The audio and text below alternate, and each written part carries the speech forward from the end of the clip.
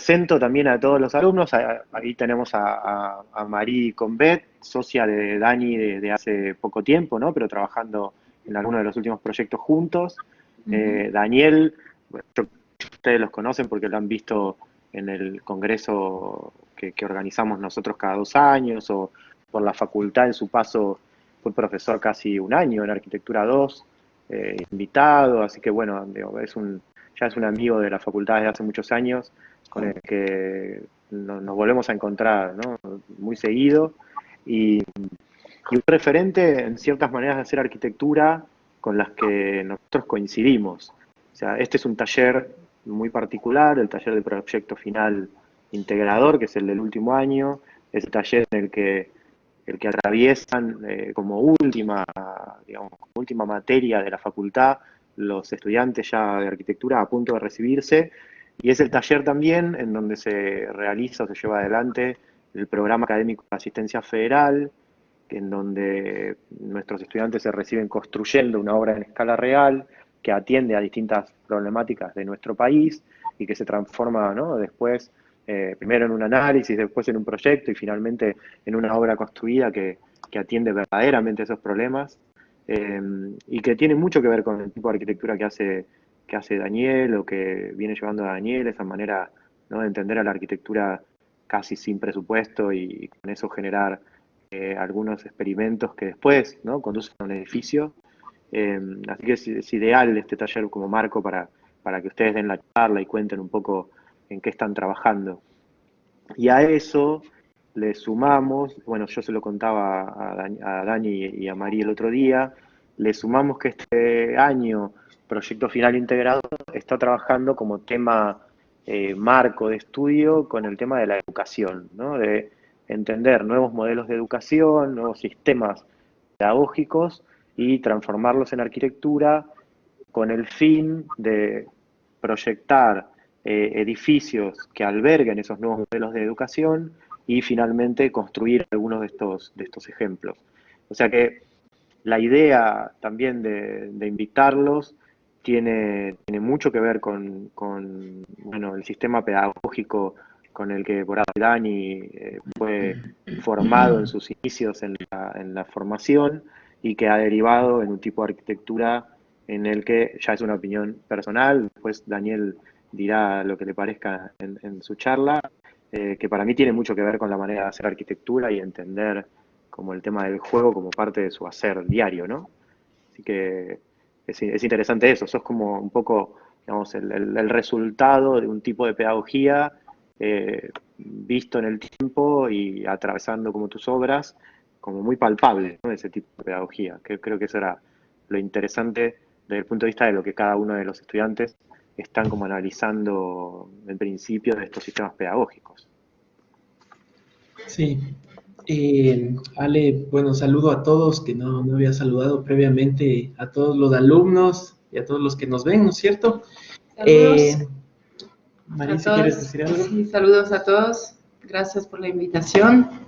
Sí, y también un poco para referirnos a lo que vamos a conversar ahora, tiene que ver, entendería directamente con lo que ustedes están desarrollando, están viendo investigaciones acerca de educación, entonces nosotros vamos a lanzar una línea sobre la enseñanza de la educación activa, que tiene que ver con la experiencia que yo tuve con este colegio que se llamaba Pestalozzi. Y a partir de eso, como que un poco se entienda qué es lo que me lleva a mí a tener un pensamiento dirigido hacia la parte lúdica, y después más o menos ciertos ejemplos para ver cómo esto se traduce, o sea, desde la educación hacia la arquitectura, pero enfocándonos directamente y casi podría decir únicamente con la temática de juego. Está buenísimo. Bueno, me parece bárbaro y estamos ansiosos por escucharlos. vamos a escuchar acerca de esta enseñanza de este colegio que se llamaba Unidad Educativa Pestalozzi. Era una propuesta bastante innovadora, más o menos nace en el año, me parece que 89, y está viva esta propuesta hasta el año 2005. Ha sido una propuesta de mucha vanguardia que alimentó y fomentó un montón de escuelas parecidas a esta alrededor del mundo, principalmente me parece que en Europa. Sin embargo, este tipo de educación se regó y ha estado presente, y me parece que está presente todavía en algunos países latinoamericanos. En el caso de Ecuador, dejó de existir. Y bueno, les voy a seguir conversando acerca de esto. Este colegio, que se llama Pestalozzi, tiene que ver con el pedagogo Johann Pestalozzi. ¿Ahí querían decir algo? Parecía. No, todo bien. Entonces tiene que ver con este pedagogo suizo que bueno, es más o menos de los años 1977 y fue un referente en el tema educativo. Si bien no se dedicó al 100% a esta materia, sí marcó, digamos, este tipo de trabajo en la enseñanza de Suiza. Este colegio lo llamábamos el PESTA, o sea, nos dirigíamos hacia el colegio de esta manera, de forma así como con cariño. Bueno, hicimos una serie de dibujos, les vamos a contar esta experiencia a través de los dibujos. Esperemos que disfruten tanto como nosotros hemos disfrutado, digamos, de este proceso para presentarles a todos ustedes. También para contarles que esto que ustedes han provocado de invitarnos a hablar sobre esta enseñanza ha sido para nosotros bastante enriquecedor, porque para mí, si bien es parte de mi vida y de mi pasado, no está en mi cotidiano, no está en el día a día, y ha sido muy hermoso poder revisar ciertos videos, acordarme de la gente, un poco de las dinámicas. Entonces, en base a eso, quedo muy agradecido de ustedes por hacernos esta invitación. Bueno, este es un dibujo que representa a Quito. Este colegio estaba en el Ecuador, estaba muy cerca de Quito. Quito está en las montañas, estamos a 2.800 metros. Las nubes están muy presentes a esta altura. Es una ciudad que, si bien ha tenido un crecimiento significativo desde los años 50 y digamos en esta contemporaneidad también ha habido un crecimiento así como muy acelerado y muy fuerte hacia, digamos, todos sus límites. Sin embargo, todavía tenemos la presencia de las montañas así como en primera fila, y es muy hermoso porque hay un paisaje andino, un paisaje andino que están presentes los nevados, que están presentes, bueno, las lejanías, la cordillera, los colores. Entonces, tenemos una vista panorámica bastante amplia. Vamos a pasar a la siguiente. Y esto que les voy a contar, que es una idea o hipótesis que tenían desde hace 20 años o desde hace 30 años más o menos, son un reflejo igual de situaciones que pasan ahora mismo. Ellos estaban viendo que la sociedad se estaba acelerando, que si bien los seres humanos provenimos de la naturaleza y mediante un proceso evolutivo, nos hemos separado mucho de la naturaleza, y que si bien somos una especie inteligente, ellos consideraban que no habíamos sido capaces de generar propuestas simbióticas con el medio ambiente, pero que también correspondan a la calidad de vida que nos merecemos, digamos. O sea, como que siempre, o sea, hay muchos factores que influencian para esto. O sea, hay un crecimiento desmedido, hay unas ideas de desarrollo, bueno, hay economías, hay un sinnúmero de factores que limitan y que, digamos, serían una problemática para el desarrollo personal de los individuos. Entonces ellos consideraban que los adultos en esta sociedad siempre tenían que trabajar todo muy rápido, siempre pensando como muy estresados y pensando en que, claro, necesitan generar recursos para vivir y tal, pero que esto contribuía negativamente para los niños, porque en realidad lo que se estaba haciendo o lo que se está haciendo es generarle al niño velocidad y acomodarle hacia una vida adulta con estas características. Entonces, lo que ellos estaban proponiendo es territorios y espacios de paz, territorios relajados, que puedan fomentar el crecimiento personal de todos los individuos. A ver, quisiera pasar a la siguiente. Entonces, esto nace de una familia. La familia es la familia Bildt, es Rebeca y Mauricio. Ellos tenían sus hijos y ven que necesitan generar una propuesta educativa para su segundo hijo. O sea, ellos ya no querían, ya no confiaban en este sistema, o sea, en el sistema educativo. Entonces, proponen generar una escuela para su hijo, principalmente. Y claro, como es una escuela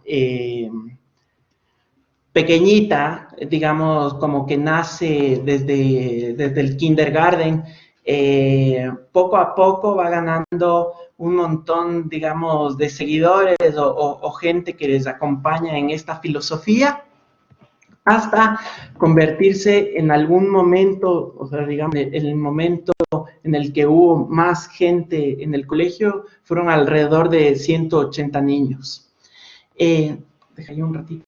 La cosa es que lo que ellos proponen, como les estaba diciendo, no tiene que ver solo con una manera de enseñar, sino que tiene que ver con la vida en general. O sea, ellos comienzan a debatir y a ver qué cualidades y qué calidades debería tener el ser humano en sus procesos de aprendizaje, sí, pero tenían que ver directamente cómo se desenvolvían en la vida. Entonces, ya no solo involucraba a los niños, sino que inmediatamente involucraba a los padres y tiene que ver con los núcleos de familia y después ya van a ver, les voy a contar un poco acerca de ciertas economías también. Entonces, ellos pensaban, o sea, estaban en un territorio periférico, o sea, porque no estaban directamente en la ciudad, y lo que buscaban es generar propuestas positivas para la construcción social.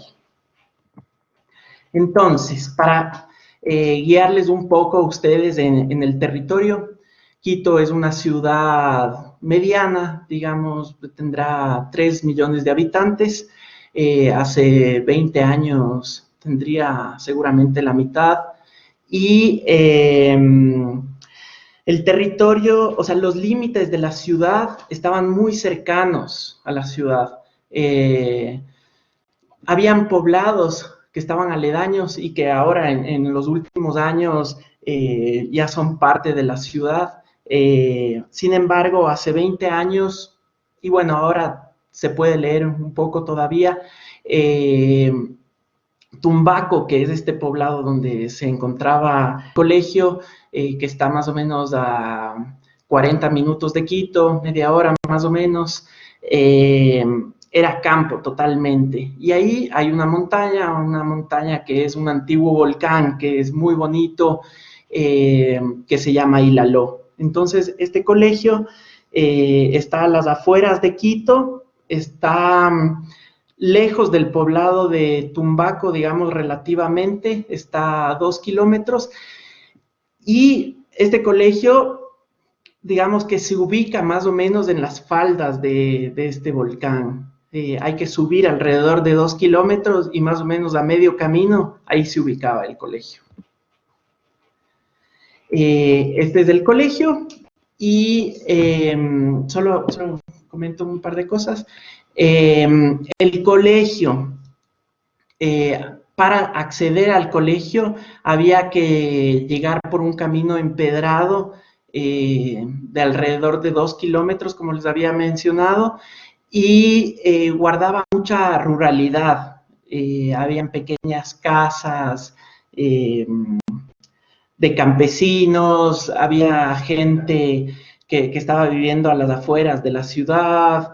Era un camino empedrado que te rompía y te sacaba del escenario urbano totalmente. Entonces, sí se marcaba y sí se generaba un microclima dentro de este lugar.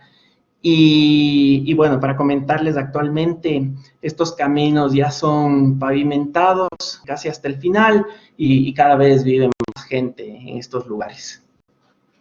Ya. Entonces, yo les voy a seguir el cuento de Daniel. Esta ilustración la hicimos a base justamente de relatos que hizo Daniel de su experiencia en el Pestalozzi. Entonces, hasta en la ilustración encontramos como medios educativos para hacerlo.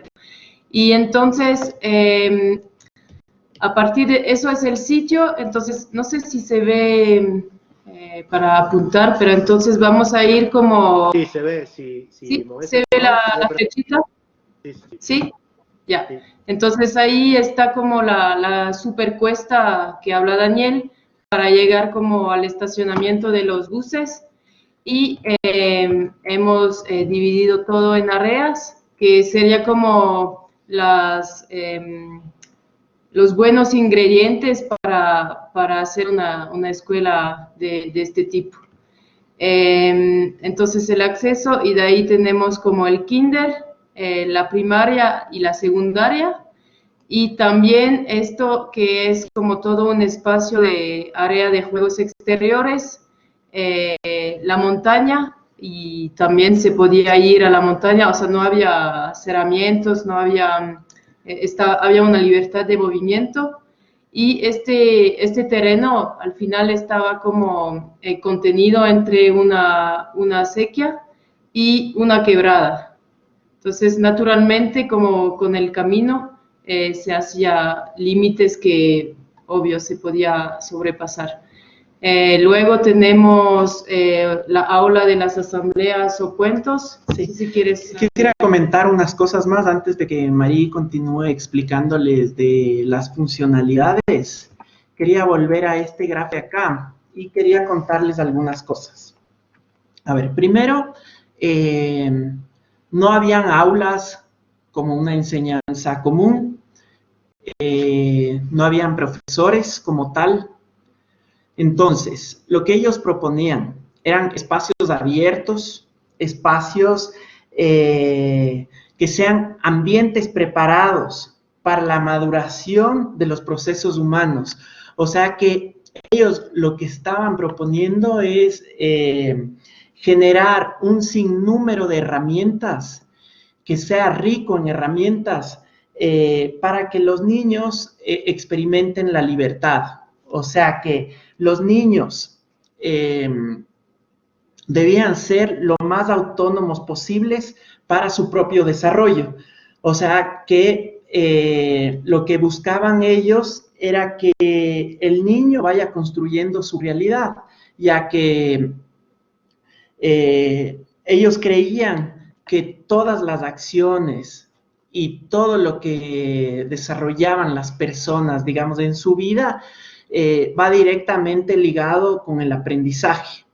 Entonces, lo que proponían ellos era espacios relajados. Y para que los espacios sean relajados, lo que hablaban ellos es que estos organismos debían sentirse relajados. Y para que estos organismos se sientan relajados, era importante la presencia de los adultos. Los adultos no cumplían ningún rol específico, digamos, para inculcar, digamos, la educación de los niños, sino que más bien los niños, con sus impulsos, se movían por todos los lugares y ellos construían su realidad. Los adultos estaban únicamente para generar seguridad, para generar un poco de pertenencia, o sea, como que su presencia permitía que estos espacios estén lo más relajados posibles. Y si es que algún niño quería preguntarle algo al adulto, o sea, el adulto ahí podía establecer algún tipo de diálogo. También quiero mencionar esto, que es súper importante, que es una educación que recibe mucho amor, que recibe mucho respeto. O sea, es como la base igual de este tipo de educación, porque, digamos, hay una relación entre todos que es positiva. Ya les contaré, o sea, sí hay reglas y sí hay como parámetros para estar en estos lugares, y la idea es que los niños se autogobernaban, o sea, experimentaban la libertad y ellos tenían la capacidad de poder generar los límites y contar un poco también semana a semana qué preocupaciones tenían, qué dificultades tenían. En esto de la libertad es importante generar responsabilidades. Entonces, los niños en este autogobierno que les menciono generaban responsables por actividades. Entonces, ellos eran capaces de resolver y de generar un rol dentro de todo este organismo. Y bueno, y si había dificultades, siempre se resolvía con el diálogo y siempre intervenía algún tipo de adulto. Ahora sí, pues cambiamos. Entonces volvemos, bueno, algo más pragmático, como las funciones de la escuela, ¿no? Entonces siempre a las 10 de la mañana cada día, todos los niños estaban invitados a tomar el jugo, y hay un área del jugo que para el kinder es distinto, pero que para todos los demás está en este lugar. También hay huertos y estas áreas de juegos exteriores que al final se extiende a los elementos naturales del terreno, que por ejemplo el bosque, la quebrada, la montaña. Y bueno, aquí arriba había como un área de administración, ¿no? Y aquí más abajo, en la llegada, como una super carpintería y un domo que permitía como representaciones y teatro. Ahora vamos a hablar como de lo que fue cada área. Y el kinder, entonces lo definían como de los 3 a los 6, 7 años, y como la etapa sensorial, motriz y emocional. Y entonces dentro de esa área, o sea, los pequeñitos no podían como salir tan libremente como para recoger todo el terreno, pero tenían esta área que estaba con la construcción todas las construcciones están de madera, y esta era redonda y tenía cocina, carpintera, área de manualidades, área de cuentos, patio y el área de jugo. Y también al exterior como para experimentar también fuera de la construcción, juegos de agua, tubos, llantas para colgarse, escaleras chinas y arena y otro, que eso vamos a detallar después también. Y entonces, el colegio funcionaba desde las 8 hasta las 12. Como hay un trayecto largo desde Quito, a los niños que vivían en Quito se les recogía más o menos a las 7 de la mañana, sí, porque era una hora de trayecto, y luego se terminaba a las 12 y claro, los niños regresaban a sus casas y necesitaban más o menos una hora y media hasta volver, y se almorzaba en la casa. La mayoría de personas y niños de este colegio vivían cerca al colegio, o sea, tenían una vida más de campo, y pocos o un porcentaje así como muy reducido vivíamos en Quito. Yo vivía en Quito. Y quería contarles las temporalidades. En el kinder no hay programación en la primera tanda de la mañana, o sea que desde las 8 hasta las 10 hay absoluta libertad para que los niños, o sea, para que ellos desarrollen lo que están buscando, o sea, que se puedan mover de ambiente a ambiente.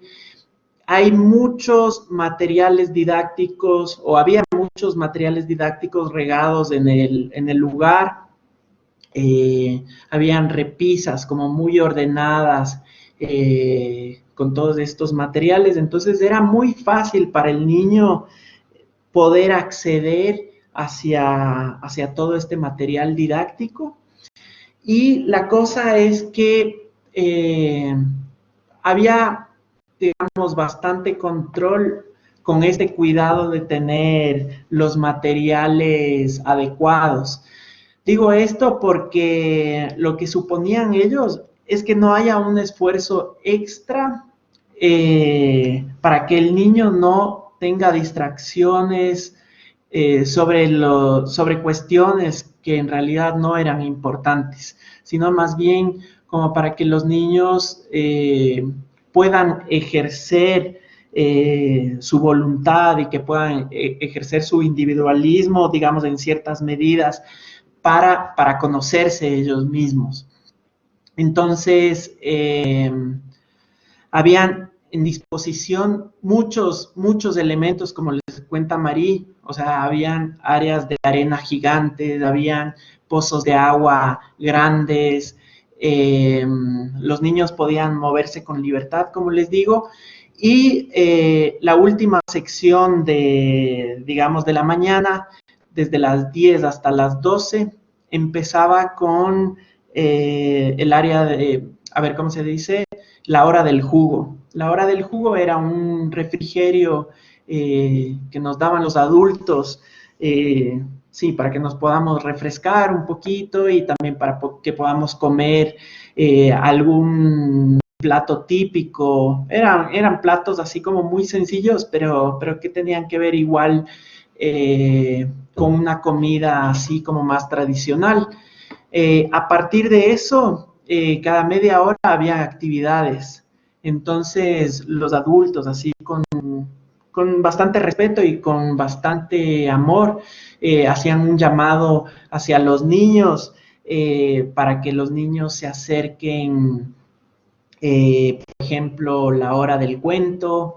Entonces, los niños que querían participar se colocaban alrededor del adulto y el adulto les contaba cosas, o había la hora de la música, así como que había distintas programaciones que ayudaban igual a que los niños se relacionen y que tengan un momento social también, porque eso permitía que, o sea, generar otro tipo de aprendizajes. ¿Quieres continuar? Sí. Pasamos a las áreas exteriores. Entonces, tratamos como de poner nombres a cada actividad, que había la torre, había una tarabita, una liana, un juego aquí que se giraban entre los niños, el juego de palos, hasta se iba jugando en las estructuras mismas de las casas. Había un balcón que no estaba terminado y servía como para jugar. Entonces los huertos, el puente este que cruzaba la quebrada, se pasaba así de rodilla o con mucho cuidado y luego se iba hacia la montaña. Había esos canceles, graderos, la cancha y la acequia, que al parecer era muy importante, como de esto en esta área se jugaba, y la quebrada. Y había como actividades, si no me equivoco, que era como ir a explorar la quebrada. No sé si quieres agregar tú algo. Sí, entonces era un espacio que no tenía barreras. Si bien aquí ya había un límite directo hacia la calle, había una barrera ficticia. O sea, todos los niños conocíamos que ahí se acababa el colegio, pero sin embargo, los niños no tenían ninguna necesidad de salirse. Sí, en ocasiones se generaban salidas del tipo programadas, en algunos casos, y en otros cuando eran fuera de horario del colegio, con total libertad. Pero por ejemplo lo que contaba la Marí, o sea, si aquí había la quebrada, aquí hay un puente y el niño cruzaba el puente de manera así como agachado o sentado. Ya les voy a comentar un poco más de este tipo de cosas. A veces salíamos por la cercanía de la quebrada, salíamos a una expedición de las quebradas. Este bosque estaba muy presente. Yo diría que el área de juego abierto sí cumplía más o menos un 70-80% de todo el lote. Bueno, eso, continúo. Sí. Luego podemos hablar, o sea, de la primaria. O sea, obviamente se destacaron como los edificios físicos, pero también accedían a toda esta área y no había ninguna obligación de estar adentro de los edificios. Y la primaria entonces empezaba entre las 6 y los 14 años, o sea, este rango de edad, y se llamaba como la etapa operativa. Y no sé si quieres comentar esto. Sí, o sea que del kinder les habíamos dicho que más o menos empezaba desde los 3 años hasta los 6, 7, 8. O sea que es de esta etapa sensorial, motriz, bueno, esta etapa, esta de la primaria, que es la etapa operativa, ellos la marcan entre los 6 y los 14, pero digamos que sí estaba establecido que los niños en el kinder estaban desde los 3 hasta los, me parece como 5 años, por ahí. La primaria sí estaban como desde los 6, 7 años, me parece, hasta los 12. O sea, como sí eran temporalidades de todas maneras comunes, o sea, igual que los otros sistemas. A pesar de que estas etapas, por ejemplo, la operativa, sí cumple un rango un poco mayor con referente al cambio que haces entre kinder, primaria y secundaria. Sí, entonces entrando a la primaria, como que había la posibilidad, o sea, como de escoger entre ciencias, historias, trabajos, carpintería, manualidades, la cocina también, la biblioteca y aparte de esto, entrando a la primaria, como que empieza a participar el alumno en la asamblea de todas las mañanas, ¿no? Sí, eso quería contar un poquito, que digamos un parámetro así como muy establecido eran las asambleas. Las asambleas debían participar todos los niños sin excepción y los niños en estas asambleas eran los moderadores, o sea que había un presidente, había un secretario y sin la presencia de los, adultos, los niños podían como ver cómo iba a funcionar la semana. Había un sinnúmero de actividades que debían ser responsables los alumnos. Por ejemplo, había una cocina, entonces en la cocina debía haber un responsable que pueda anotar a todos los alumnos todos los horarios. O sea, que los alumnos iban a tener iban a poder acceder a la cocina, pero digamos, por las mañanas, o sea, de 8 a 10 de la mañana del lunes, y otros de 10 a 12 del mismo lunes, y así. Otra actividad, por ejemplo, era el vocal de carpintería, que se encargaba de sacar las herramientas al inicio del día y de devolver al final de la tarde. O, por ejemplo, el vocal de jugo, que habían 2 personas que eran los vocales de jugo, entonces ellos debían ir a retirar de la cocina principal la preparación que habían hecho para los niños, y ellos eran los que debían repartir para todos los niños. Entonces, como les había mencionado antes, o sea, se suponía que era un autogobierno para generar esta autonomía que les estoy conversando, y de esa manera este proceso de asamblea permitía un aprendizaje cognitivo social. Y después voy a enfatizar algunas cosas. La asamblea era en esta parte de acá. Aquí eran los lockers, pero se respiraba mucha tranquilidad, como yo les decía. Los lockers estaban abiertos, o sea, no teníamos candados.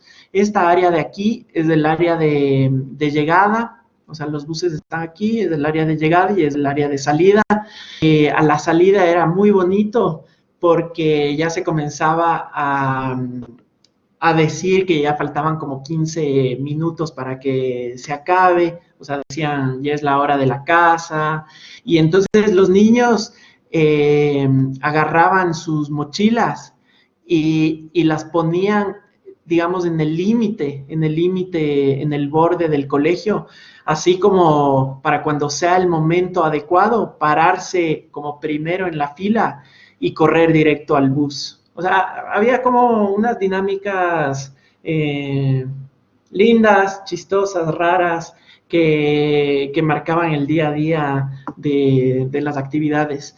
Esta área de aquí era una especie de patio primero que permitía hacer algunos juegos rápidos, había unos graderíos, entonces un poco era un área, una especie de social por la cercanía que tenía con este graderío. Había áreas de ping-pong, esta casa que es la primaria, o sea, solo esto de aquí es la primaria. Y en esta casa está el área de manualidades, está la cocina, está el área de ciencias, la biblioteca, un área de historia. Y la parte de acá arriba, o sea, todo esto era como en una planta baja, y la planta de arriba era el área de trabajos. Esta área de trabajos sí tenía una importancia mayor que las otras, porque había material concreto y permitía a los niños desarrollar ese pensamiento abstracto. O sea que a partir de un material que lo puedes tocar, trabajar y desarrollar, estimular el aprendizaje por medio de matemáticas o, o de ciertos ejercicios complejos de algún tipo. Por otro lado, esta casa de aquí era una área de juegos de mesa, había un área como para hacer cerámica, y después el niño no tenía ningún tipo de horario establecido en la primaria, sino que más bien se podría mover con total libertad, y muchos de los niños estaban hacia estas áreas de acá también, o sea, el bosque, o sea, si uno se ubicaba por este sector, estabas como muy en la naturaleza, o sea, totalmente desligado de las construcciones, incluso ya estabas en un borde que ya no era parte del colegio, estabas como muy cerca de la quebrada, o sea, se respiraba otro ambiente totalmente distinto. La presencia de la sequía atravesando el colegio era muy bonito, o sea, porque los niños podían jugar con agua constantemente, estaban como con mucha relación con la naturaleza, o sea, yo me acuerdo que habían algunos bichos que eran muy especiales y que solo los he visto en este lugar, que se llamaban bicho palo, que era un bicho que parecía un palo, pero que era así como un insecto. De ahí, ¿qué más les puedo contar? Habían las tarabitas, habían estos carruseles y los niños se movían constantemente. ¿Quieres hablar de eso? No. Bueno, ahora la última etapa al final de esta escuela era la secundaria, y de los 12 aproximadamente a los 18. Y se llamaba, o sea, se calificaba como una etapa de cualidades humanas.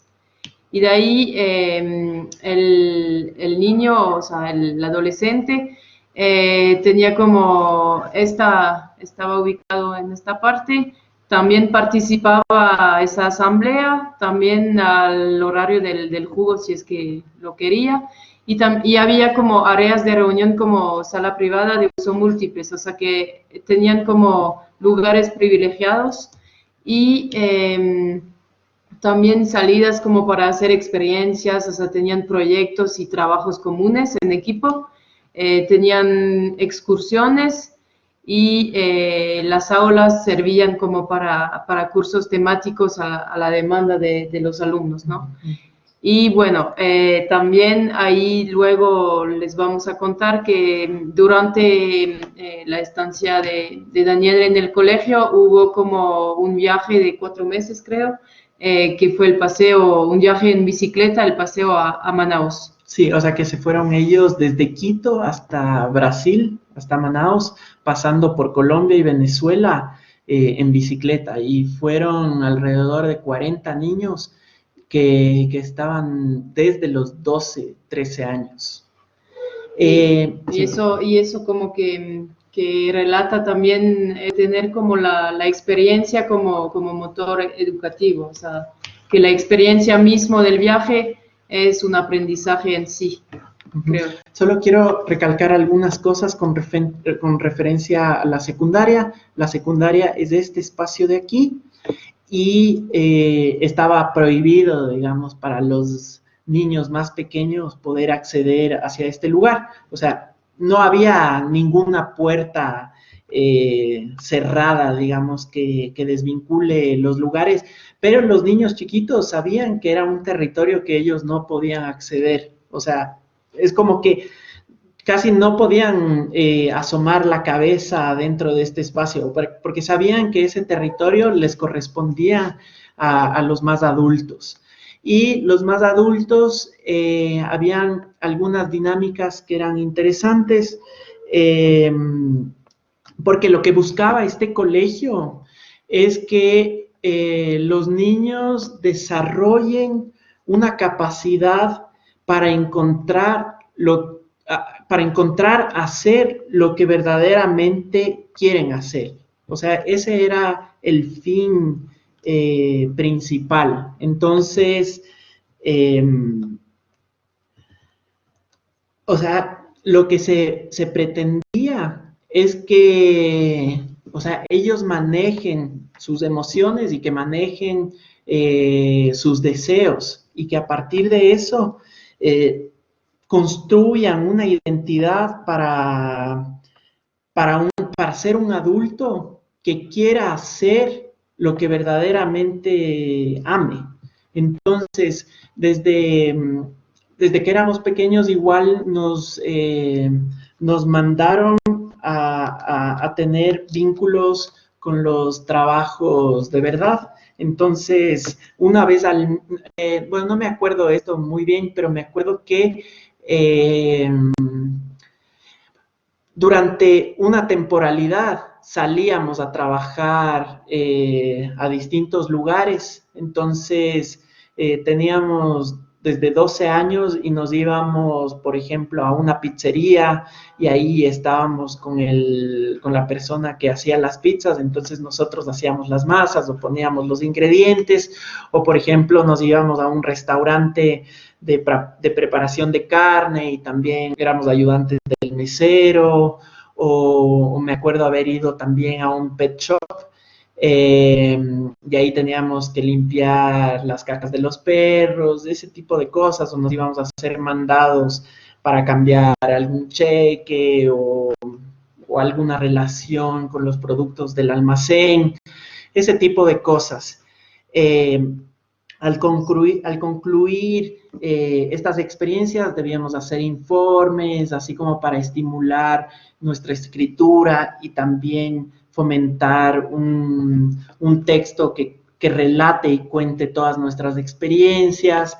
Esto les menciono también porque como no era un sistema tradicional de enseñanza, los niños no aprendían a leer y escribir desde muy pequeñitos, sino que más bien como correspondía a los estímulos y a las voluntades de lo que podía tener uno, los niños empezaban a escribir a los 8 años, a los 10 años, por ahí. O sea, como que había muchas libertades y como yo les había contado, los padres se involucraban al 100%, o sea, la persona que quería participar de este colegio debía continuar con la filosofía en casa. No podíamos ver televisión, a ver, ¿qué más? No nos podíamos meter a cursos, o sea que no podíamos entrar como en un sistema regular cuando todavía éramos partícipes de esta enseñanza. Los padres, cuando pasábamos a la secundaria, debían hacer cursos para poder entender qué necesidades iba a tener el niño en el desarrollo de su juventud. Se habla mucho de que esta etapa es una etapa difícil para el ser humano porque está en un momento de pubertad, ¿no es cierto? Y lo que promulgaban ellos y lo que decían es que el niño no iba a caminar por por una vía difícil, sino más bien como había tenido un crecimiento en el que había sido respetado y escuchado, y así como había construido una identidad y una fortaleza, o sea, desde cada individuo, le iba a permitir transitar esta etapa de una mejor manera.